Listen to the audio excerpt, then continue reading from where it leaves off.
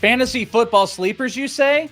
Yes, please. Absolutely. And boy, we got a banger to end this bad boy out.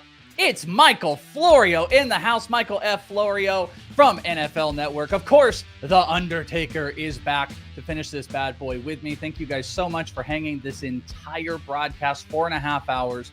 We are ending this super, super strong. I'm excited to be chatting with you guys.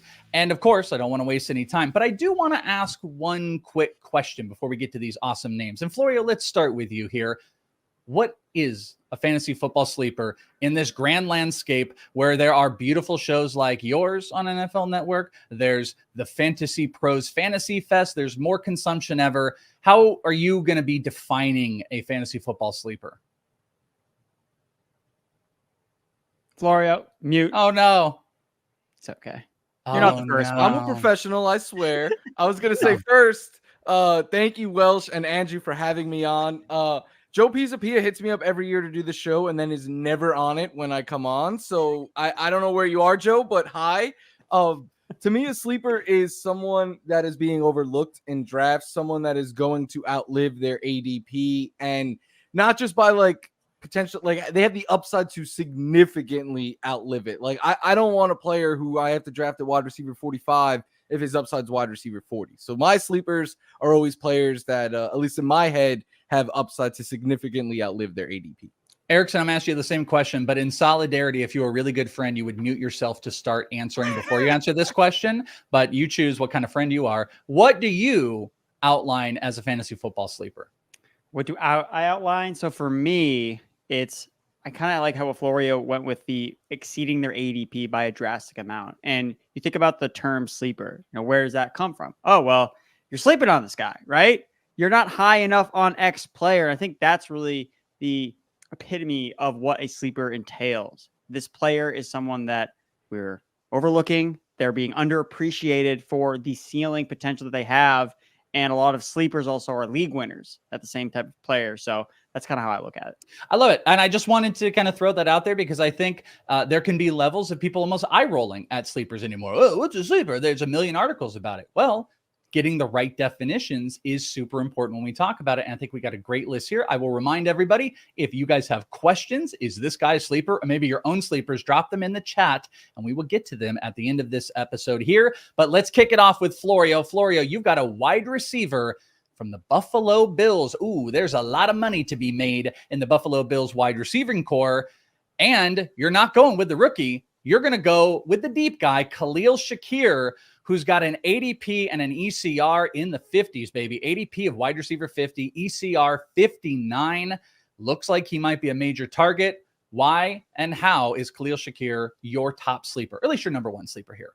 Because he's a good wide receiver, I believe. Like, he was top 2 in fantasy points per opportunity amongst wide receivers last year. He had the highest catch rate ever posted by a wide receiver. He was first in yards per target at the position, third in yak per catch at the position. And he is the only receiver on the Buffalo Bills roster who could be like, hey, I've caught a pass from Josh Allen in an actual NFL game. None of the other guys on the roster could say that. And not only can he say that, but he earned more and more trust, I believe, down the stretch. I mean, the Bills stuff behind you might give it away. I'm a Bills fan. So when they're in the playoffs, I'm very, very invested, watching those games very closely. And Shakir had a lot of volume in the playoffs. And you could make the argument that he had the 2 biggest plays for the Bills. Against the Steelers, he had that duck under where he broke the tackle and took it for a touchdown. And then against the Chiefs, he had the one where Josh Allen like evaded all the pressure and threw it to the sideline. Shakir somehow kept his feet in bounds. I think that kind of trust is going to go a long way, especially early on in the new season where you are counting on a rookie and a bunch of new guys. Curtis Samuel now banged up. So I like Shakir. He's the cheapest of the 3. He is the best value in my opinion. But you mentioned Keon Coleman. I will say I'm also in on Keon Coleman at price. I think Keon Coleman has league winning upside here. But Shakir, to me, is a sleeper that is just being way too overlooked, and I think a sure thing to outlive his ADP. I think it's great. You should listen to a Bills fan about this, just like Debro should listen to a 49ers fan about Brandon Ayuk across the situation. You should listen to the smart people that know where the right take is, not the wrong take. So I agree with you on this. Khalil Shakir, it's a really interesting situation too, because the two wide receivers that come in both don't have that rapport. We've also heard some separation issues, which could be something early on for Keon Coleman as far as defenses go. And I kind of think Curtis Samuel is going to be that change of pace wide receiver that they're also going to use in the goal line. So Khalil Shakir might be the guy that helps drive the field. So I like this one. But Erickson, what say you? Khalil Shakir or Keon Coleman, Curtis Samuel, or none of the above? So I like Shakir and Keon Coleman as well. I think Keon Coleman has the highest upside. If we're talking about, okay, we're going to be drafting a Bills wide receiver in round 2 next year, who would it be? It'd probably be Keon Coleman. Like, that's who we would put the chips in on. That would be the player that has a massive rookie year breakout, touch to Josh Allen. But Shakir, you could see continually to rise up the ranks. And look, so far things are good for him. You look at Curtis Samuel, already out with turf toe injury. He's week to week. Curtis Samuel is no stranger to being banged up. He has stretches of production and then stretches where you don't see him on the field at all because he's injured. So we're getting the Curtis Samuel experience already in Buffalo. Florio, get ready for it. Tons of fun. For Shakir, the thing that you want to point out, and Florio mentioned this as well, he has that chemistry with Josh Allen. And the concerns are, well, is he a full-time player? Is he a part-time player? These are the same conversations we're having with these other polarizing wide receivers we mentioned on the show that are also in high-powered offenses. Tank Dell, Jayden Reed, Khalil Shakir. What's the big difference between them? They're all playing good offenses. They're maybe part-time players not running around on 90% of the dropbacks. Oh, well, they all have really good quarterbacks too. And Shakir is the one that's the cheapest outside the top 50 receivers. So you're taking on all that risk is baked in, but you're capturing all that upside of, hey, Shakir is Josh Allen's guy, and that's what I want. So let's move to what I would say is a Mount Rushmore player of the Fantasy Fest. If you watched the whole time, by the way, you deserve an award. Hands up in the chat if you've been here the entire time. You know what? Executive decision. Hands up. I don't know how we'll check this. If you've been here the whole time, we're going to give a credit away to the Fantasy Pros store so someone can get a hat if you've been here the whole time. But if you have, one of the Mount Rushmore of players is Jaleel McLaughlin. We have talked about him a ton throughout. And Erickson, you're going to get right back on that horse. One of your top sleepers. You've got ADP 51 on Jaleel McLaughlin. Rocket ship up. Talk to us about your number one sleeper. I just think that he is exactly what you want in a running back sleeper. He's coming from an ambiguous backfield. He's coming from an offense that we're not really sure how great it's going to be. But when it comes to McLaughlin, what do we know about these Sean Payton offenses? What do we know about Bo Nix? They throw the ball to the running back position. And that's the easiest way for us to get value, get fantasy points, because that matters. We can talk about snaps and target share and touches. But eventually they need to score points because that's what actually counts in our actual lineups every single week. They got to score fantasy points. And that's what we see in Sean Payton offenses is they feed the running ball or they feed the running back the ball through the air. And McLaughlin looks like the number one projected check down option for Bo Nix in this offense. So Javonte Williams, like how long is his leash actually? And I don't even mind taking Javonte Williams. Like this whole Denver Broncos backfield, I think is just going to be a sleeping backfield, essentially. Like I want all parts of this. I mentioned this earlier. I want to leave every draft with a wide receiver from the Green Bay Packers. My other rule of thumb, I want to leave every draft with a running back from the Denver Broncos. And most often it's Jaleel McLaughlin as that guy. So he's looked great in the preseason, looked explosive, using him in the passing game, getting red zone usage. So for me, he did exactly what Jaylen Warren did his undrafted year, first year as a rookie, basically had to prove it all, basically from a decorated college program or an underrated college program, but it was very productive.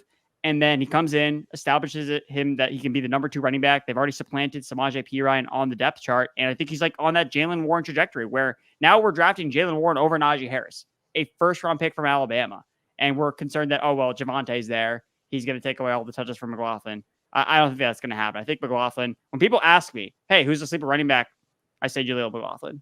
Yeah, I think it's interesting too, because like the comparison of the Green Bay Packers wide receivers, but also I would say there's a similar comparison in that I think you get a room of 10 people. You can probably find someone that likes each of the 4 Green Bay Packers wide receivers at number 1. I think like Javonte Williams is kind of the same thing. Like he falls into that same boat with Jaleel McLaughlin and then Estime too. People find a Denver Broncos running back to like. Florio, just really quick on Jaleel McLaughlin. Are you a McLaughlin or a Javonte Williams guy? At cost, I'm in on both. All summer I was like, you got to find the one that's going to be the pass catching back. And I liked what I saw yesterday. Like not only has Bo Nix looked a lot better than we all expected, but Javonte largely had most of the snaps on the first drive, but McLaughlin was sprinkled in, and then it was the opposite on the second. So to me, it seems like those two right now are at least highest in the pecking order. Javonte had the receiving touchdown that didn't count, but McLaughlin we know is explosive. If McLaughlin's ADP climbs a few rounds, then I might not be in. But where he's going now in the RB 40s, and then Javonte Williams as a RB3, I think both are good values right now. All right, I love this one that we're going to get to because this guy does not scream fantasy football sleeper. It's kind of post-hype sleeper or just post-production sleeper, if you want to call it that. We're going with Florio's number 2, and we are going to Austin Ekeler. People out on Austin Ekeler. RB 32 on the ECR, 29 on the ADP. A lot of Brian Robinson. But Florio, you're saying hold your horses here. Ekeler might be a value. Yeah, I've been an Austin Ekeler guy since before he had a podcast and before it was cool. Like I'm talking about before COVID. I've been in on Austin Ekeler. So I'm going out the way I came in. This guy has won me so many championships. I'm not going to doubt him. But originally, like early on in this process, I was not really an Austin Ekeler guy. But let's remember he suffered a high ankle sprain in week 1 that landed him on the IR. And then per Austin Ekeler, that was his right ankle. He came back, and his first game back, he sprained his left ankle. So we've seen high ankle sprains be season killers before. Now he's playing on 2 sprained ankles with an offense that's missing your top 2 wide receivers, your quarterback for much of it, and a bunch of offensive line pieces. I'm not willing to say that Austin Ekeler is just done yet. Now, I understand that is in the range of outcome because he's getting older. He has a lot of career touches, stuff like that. But I think last year was largely situational. And the other thing is like everyone, you look at these 2 backs and it's Melvin Gordon versus Austin Ekeler all over again. Everyone is like, Brian Robinson Jr. is going to be the goal line back. Just look at them. Okay, Austin Ekeler is better near the goal line. Last year, more than double his goal line touches at more than double the rate of Brian Robinson, I should say, were turned into touchdowns. And over the last 2 seasons, it's the same thing, more than double his goal line touches rate-wise compared to Brian Robinson. So I'm not willing to say he's not going to be utilized near the goal line more. He's going to be the passing down back. And yesterday, the usage was first drive, Brian Robinson mostly, second drive, almost all Austin Ekeler. If these guys are splitting drives, but then Eckler's getting the 2-minute drill in the obvious passing down situations, because let's be honest, he's getting those. I think he could be the better value of the 2, yet he's going a couple of rounds later, and in most drafts, you get him in the double-digit rounds. If he was going to like the 5th or 6th round, I'd probably be out. But at cost, he is so cheap, and I think that he could be a lot better than people are expecting. So I'm still willing to go out with my guy. Erickson, I think the 2 biggest questions around this for people are what can he do limited, because the touches are most likely going to be limited, but then also not just Brian Robinson, but Jayden Daniels, who got a running quarterback, who I know we're going to talk about here in just a little bit. I think that makes some people queasy, but we have also seen Ekeler be a monster.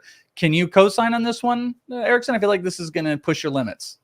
Yeah, no, I'm team Brian Robinson all the way. That's where I stand. And I do agree that it is weird to see Ekeler down this lowly ranked. And I think it is really those injuries are really being held against him probably too much and too significantly. But I just have trouble wrapping my mind around, okay, if it's a mobile quarterback, is Jayden Daniels really going to check the ball down to Austin Ekeler? I just don't think that's going to happen. Unless the rest of the receivers in this offense are just so horrible, and it's Terry McLaurin and they literally have nobody else, then I could see Ekeler breaking into a larger role as a receiver. So that would be one caveat that I would say, okay, that's a path where I could see it. And then to your goal line projection between Ekeler and Brian Robinson, doesn't matter what I think. Doesn't matter what you think. It matters what Anthony Lynn, the run game corner, thinks. And when he was there with the Chargers, he never gave Ekeler the ball at the goal line. He only gave it to Melvin Gordon. And it was only until he left the coaching staff with the Chargers, Austin Ekeler scored 20 touchdowns back-to-back years. So that's the one thing that I'm looking at from a coaching staff perspective. if they're looking at for Anthony Lynn, like, hey, what do you think the run game coordinator? Who are you going to put at the goal line? I think that he's going to lean Robinson. Again, we'll find out when it happens, when they actually hit the goal line, and then one of us will be right, one of us will be wrong. But for me, I think it is Robinson, and I think I'd rather I prefer him at cost. I also like the idea a little bit more even of Ekeler in full PPR. I think that's like another sneaky spot to make sure and watch and maybe get some later value on. We've got the second half of fantasy football sleepers coming up, but friends, let's first tell you how you can get these fantasy football sleepers into your drafts with the Draft Wizard. You can master your draft with the Draft Wizard. Our tools offer simulated mock drafts that let you practice and refine your draft strategies against realistic opponents. I just did this in my flex draft last week. I did 10 mock drafts before I ended up at my draft spot with all the user intel, and it made my life a ton easier. You can get personalized pick recommendations based on expert rankings, ADP, projections, and ensuring you make the best choice at every stage of your draft. Analyze your draft results instantly with our Draft Analyzer, which provides feedback and insights to help you improve. And you can sync your league with a few clicks, leverage draft intel to see your league mates draft trends and strategies, like I said, and then perform those simulated mocks against your league settings. Make informed decisions, avoid common pitfalls, and draft with confidence. Try Draft Wizard today at fantasypros.com/draftwizard or on the Fantasy Football Draft Wizard app and dominate your leagues today. Time for the second half of these fantasy football sleepers. And we're not going anywhere else besides the Commanders. We're going to stick at the quarterback spot, number 2 on the Mount Rushmore of players we've talked about today. If you got the first segment in, Jake Seeley was talking about him and his projections. Andrew Erickson, Jayden Daniels as a top sleeper for you. Let's do it. Fantasy football doesn't have to be hard, guys. Just draft Jayden Daniels as your late round quarterback, sleeper quarterback. So he's a sleeper to me because his ADP is QB 12. So that is a QB1. You're drafting him as a starter, but he could be going higher. We've seen mobile quarterbacks go higher in drafts than Jayden Daniels before. Look at the college level, rush for over 3,300 yards, average nearly 60 rushing yards per game. That was the same amount as Anthony Richardson entering the NFL last season. And where we have Anthony Richardson ranked after 4 incomplete games, he's a top 5 quarterback in fantasy. How many games are we going to have to see from Jayden Daniels in the NFL to rank him as a top 5 fantasy quarterback? I don't think it's going to take very much. And the thing that's different about Daniels versus Richardson, Daniels has so much more experience. He's so much more polished as a passer coming up because he has so much more experience at the college level. He played 55 games in college. He's an older prospect, but that means he's ready to go. And we've seen Cliff Kingsbury before work his magic with a rookie quarterback, another mobile rookie. Same as Kyler Murray. He was QB7 overall his rookie year. He was QB12 in points per game. He was 3rd in carries, 2nd in rushing yards. Again, going back to how many receivers do we trust in this offense? It's Terry McLaurin, maybe dump it off to a running back or tight end, and then run. That's how I think the offense is going to be structured here. So I love Jayden Daniels. He's the reason why, just one of the reasons why I love the late round quarterback approach in redraft leagues. I want to get an elite tight end. I want to be drafting receivers and running backs. And then I'm going to take Jayden Daniels as my starting quarterback 1. And I feel really confident with it. And I would recommend everyone else do the same.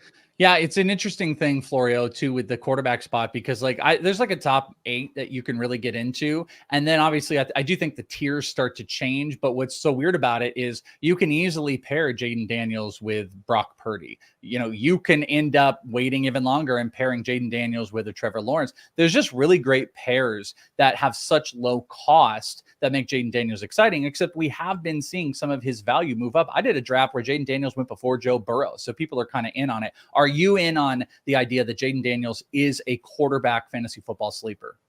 I'm not in on the idea that he's a sleeper because I have him in my top 10.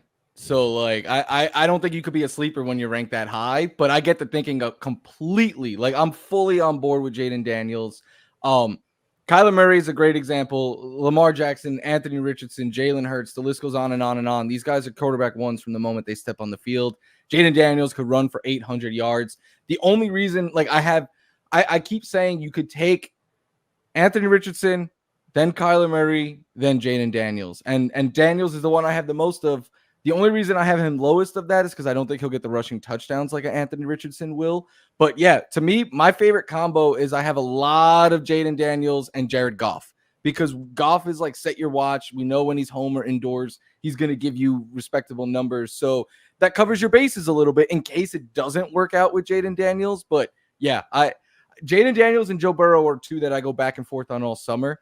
But yeah, I'm very, very high and completely in on Jayden Daniels. All right, we've got the final two fantasy football sleepers from these fine gentlemen. They're both wide receivers, but we are going to go just 1-to-1 because we do want to answer a couple questions. So unfortunately, Erickson, I'm just not going to come to you with any of your takes after this great sleeper, but we will get your great sleeper, so don't you worry. We're going to go, Florio, with your rookie wide receiver. Lad McConkey is your final fantasy football sleeper for this bad boy. Wide receiver, ADP 42 and ECR 40. Where is the ceiling and where's the floor on Lad McConkey? The floor is definitely a bit low because the offense could be very run heavy and stuff like that. And I don't love that in preseason so far he's only playing in 3 wide receiver sets, but it's so early. That wide receiver depth chart is so thin. He could quickly climb to be the number 1 target. And in the NFL draft process, after the Elite 3, he was my wide receiver 4. So he was my top 1 after the big 3. He could do everything. He could win after the catch. He could win downfield. He reminds me of Tyler Lockett. And I know they're going to run a lot in Los Angeles, but Harbaugh has always had a very highly efficient passing attack. And with Justin Herbert there, I don't think that'll change. McConkey is as efficient as they come. He thrives in play action. So I could see him just early on, probably someone you want more as a reserve wide receiver. But as the year goes on, I think he has wide receiver 3, maybe even wide receiver 2 upside, volume being the only concern.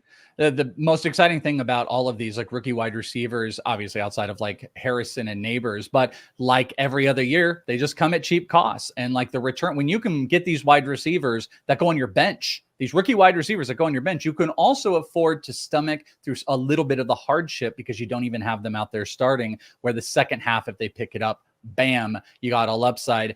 Erickson, take us home, baby, with the final fantasy football sleeper, and then we'll get to a couple of our listener questions here. Erickson, you have a wide receiver, and we have oft mentioned him a whole bunch of times.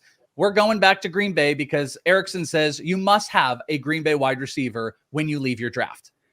Those that know ball know about Dontayvion Wicks, and that's how you can prove to all your league mates that you know ball. So Dontayvion Wicks for me, look, last year as a day 3 rookie wide receiver, got a chance to play with Christian Watson out, and he was really productive, very efficient, averaged nearly 2 yards per route run, ranked 27th among all wide receivers, 5th among all rookie wide receivers per True Media. His first downs per route run tied Devontae Adams for top 20 among all players. And look, we talked about this before. Michael Florio, he's vomiting at the idea that he could possibly have a number 1 wide receiver on his team. So what does that mean? Well, that means Wicks is going to have his fair share of weeks in this offense to be the number 1 for that particular week. So again, injuries happen, and that's how things may or may not shaken out. We can debate all year long who the Packers receiver 1, and then one injury here, one injury there. Oh, what do you know? There's your answer for you. I'm just confident that if Wicks is given the opportunity to see a bigger role, to see a higher target share in this offense, that he can deliver. And that's not a given. That's not a guarantee with a lot of wide receivers. A lot of wide receivers have had opportunities and then they lay face on they do not deliver. And it's very concerning. But with Wicks, I don't have that concern. I feel confident that if he's given a bigger role, if he can usurp Watson or a Romeo Dobbs, then I think that he can deliver a lot of upside from what he showed last year as a rookie. So for me, again, going back to one of my staples of drafting this year, leave your draft with a Packers wide receiver. And currently Wicks, unless you want to count Bo Melton, Wicks is the cheapest one that you can draft. Erickson, you almost pulled a Welshism. You almost did an analogy. Every time I see your face, the Welshisms are just like oozing out of me. If you don't know, it's take an analogy, say it wrong. That's a Welshism. He almost did fall flat on their face, and that almost became a really good Welshism. Gentlemen, are you guys good for a couple questions before we end this bad boy? Want to answer a few from the people? Sure. Hey, I do want to say, because I'm so nice, Tony, you are going to get the $25 gift card, whatever you want to call it, to the Fantasy Pros store. Get yourself a Fantasy Pros or Betting Pros hat or whatever you want to do. We got amazing hoodies. We got some awesome stuff. But Tony, hit us up. Hit up the admins. You've been here the whole time. You did the hand. A lot of you guys did. Want to give something back to you so you can take home a little bit of swag. So hit us up on the admin stuff. We'll get you hooked up. You'll know how to find us. All right. Here are some questions. Aidit, Kyron or Achan Florio? Kyron for me. I know the upside that Achan brings, but he also brings a lot of risk. And Kyron, I know Blake Corum is there, but I still expect him to get a boatload of work this year as long as he stays healthy. So I have him a few spots higher than Achane. Kyron for you, Erickson, right? No, Achane, baby. Trying to manipulate. All right. Well, then let's do this one. Gus Edwards or J.K. Dobbins? If you're going to get invested here, I actually have an invested take here, but are you Gus or J.K.? I am J.K. Dobbins all the way. Hey, let's go. Let's go. Florio, can you swing it? You Gus? I'm Gus. Dude, J.K. Dobbins is coming back from every severe injury known to man. Well, see, he's a completely Greg Roman man. Greg Roman doesn't know that. Greg Roman only knows that when they were playing together in Baltimore, Dobbins was his RB1 and not Gus Edwards. So that's what I'm going to roll with. And JK does look healthy at this moment. I'm a little bit of an optimist where it's like I like to play on the talent versus the injury. That's why, Christian McCaffrey is my number one player, not making excuses for theoretical injuries out there. Just the most talented player. No big deal. I mean, he does have a real calf strain. It's not theoretical. It's fine. It's fine. Don't worry about it. They're just he has Joe Burrow about the same calf strain. That worked out well. Erickson. Well, Erickson, you got to go. Oh, sorry, everybody. Erickson, I think he has to go. See ya. David says 12-team PPR Superflex. Would you rather keep Breece Hall in the 4th or Kyler Murray in the 8th? Florio, let's start with you. Yeah, I'm going Breece Hall in the 4th. I love Kyler Murray, but you could get a top 3 running back, and that's a first-round pick in the 4th round. Give me that all day. Oh, Erickson, that's a good value on a quarterback, but Breece, that might be your number one RB. What do you think? Yeah, I go Breece because you could just draft Kyler Murray in the 8th anyway. So just take Breece. Well, probably not in the 8th, but like the 2nd or yeah, something. You can still get him, and you can still get him early and get both, but Breece in the 4th. All right, we're going to do 2 more. KB says Pittman, Devonta Smith, or Malik Neighbors, Erickson. I'm going to go Pittman. Florio, what do you think? Neighbors, Smith, or Pittman? I have Devonta Smith the highest. With Kellen Moore there, I think that A.J. Brown and or Devonta Smith, probably both, could be in store for career years. All right, well, I'm going to ruin it all, and I'm going to say Malik Neighbors because that's my guy. I'm all on Malik Neighbors, so let's not give you anything helpful unless you just want to pick a certain analyst. Finally, I didn't realize this is another Malik question. Malik or Chris Godwin? Come on, this is Malik. Yeah, it's Malik. Malik, we all agree here. Man, Michael Florio, thank you so much for hanging out, and congratulations on the great work that you're doing. Andrew Erickson, you have been a monster. And ladies and gentlemen, you guys are animals, especially you guys that have been hanging out this entire time. 5 hours. We just crossed the 5-hour mark on the Fantasy Pros Fantasy Fest with all of our awesome Fantasy Pros people, from Erickson to Debro, Ryan Wormley, Pat Fitzmaurice, even Joe Pisapia, man, and incredible guests throughout the entire day. Chris Raybon, Jake Seeley. I got to get here with Florio and Pianowski. Incredible that you guys hung with us, and an incredible job by everybody. And I only hung out here for an hour. Listen, we got you guys covered for all your fantasy football needs. The Draft Wizard is going to get you set up. We've got all the ranks here and tons more. So make sure you go and check out all the amazing tools over at Fantasy Pros, because you want to dominate your leagues this year. Make sure you're subscribed on the YouTube channel, youtube.com/fantasypros, and all the podcasts, because we are offering more podcasts than ever before on our Discord. We've got tons and tons of them, and we want you guys to be a part of all of it. And it's a free community, fantasypros.com/chat. You could potentially go more.